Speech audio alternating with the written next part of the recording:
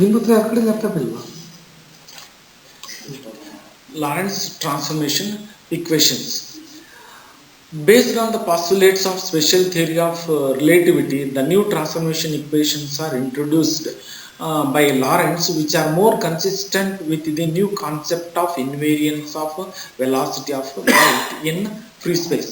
Hence, the equations are known as Lorentz transformation equations.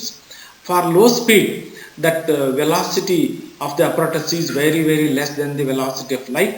That is, new transformation equations can be reduced to Galilean transformation equations. Here, let the S and S dash be two frames of references with their x-axis collinear as shown in the figure. Let S dash is moving with a velocity that is v with respect to S along the positive x-axis direction. Suppose a source of light is at origin O of the frame S. Suppose the origin O and O dash of the frames coincide at the instant when the pulse of light is emitted from the source. At this instant, let t is equal to t dash is equal to 0, where t dash is a time measured by the frame S dash, and the t is the time measured by the right, t dash is the time measured by the frame S dash. The light pulse produced will spread out as a going sphere. The radius of the wavefront produced in this way will grow with a speed that is c. After a time t, the observer O will note that the light has reached a point, the coordinate that is p of x, y, z. The distance of the point P from the O is, that is, the r is equal to ct from the figure.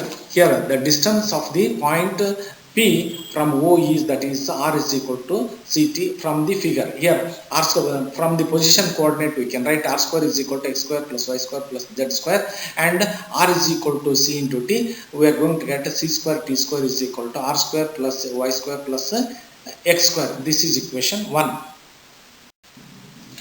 Similarly, the observer O dash will note the light has reached the same point in a time t dash with same speed. So r dash is equal to c t dash. Here r dash square is equal to x dash square plus y dash square plus z dash square, and here substituted for that is r dash, and that is c square t dash square. This is equal to equation that is 2.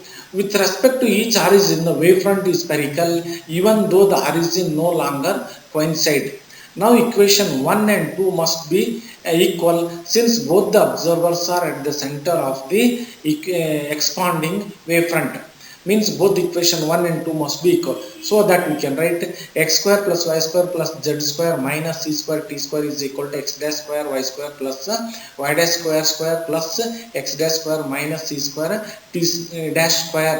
This is equation that is 3. Since there is no motion in the y and z direction, y dash is equal to y and z dash is equal to z, and equation 3 becomes, that is, x square minus c square t square is equal to x dash square minus c square t dash square. This is equation 4. Any transformation equation that we obtain must satisfy the above equation. In general, the transformation equation relating to x and x dash can be written as x dash is equal to k into, that is, x minus vt. This is equation 5. Here k is a constant and does not depend on the either x or t, but may be a function of, that is, v. The equation of physics must have the same form in both s and s dash. We need only change the sign of v to write the corresponding equation for x in terms of x dash and t dash. Equation 5 is written in the form of x. Then if you write x, then v is replaced by, that is, minus v. So x is equal to k into x dash plus, that is, v t dash. This is equation 6. The factor k must be same in both the frames, since there is no difference between s and s dash except the sign of v. Root of, that is, 1 minus v square by c square.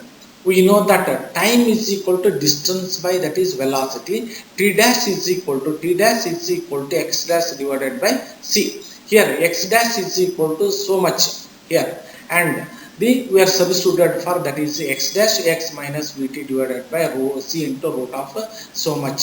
Then here the c multiplied numerator and denominator by that is c here, that is means r this c is taken to the numerator.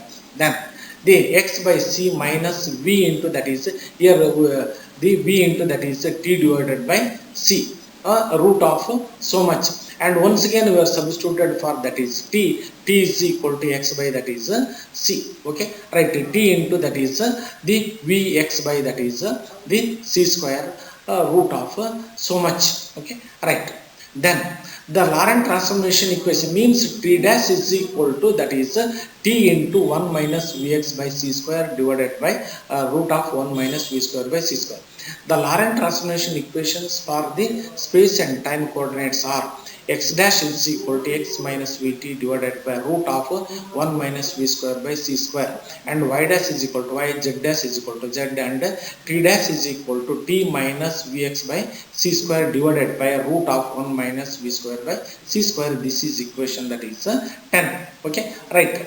The Laurent transformation equations are obtained by interchanging the inverse Laurent transformation equations are obtained by interchanging the coordinates and replacing v by minus v in the equation that is 10. Okay, right, means we are going to get inverse Lorentz transformation. These are what that is the Laurent transformation equations. These are what that is the inverse Laurent transformation.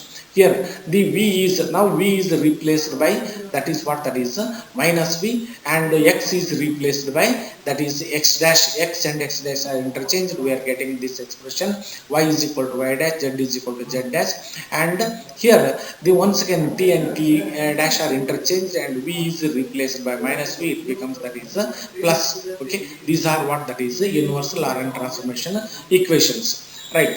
Then if velocity v is very less than that is c, and this term becomes that is the 0. This term becomes 0, so that we are going to get x is equal to x dash plus vt, and y is equal to y dash, and z is equal to z dash, and t is equal to t. This is what that is the as in classical mechanics equations.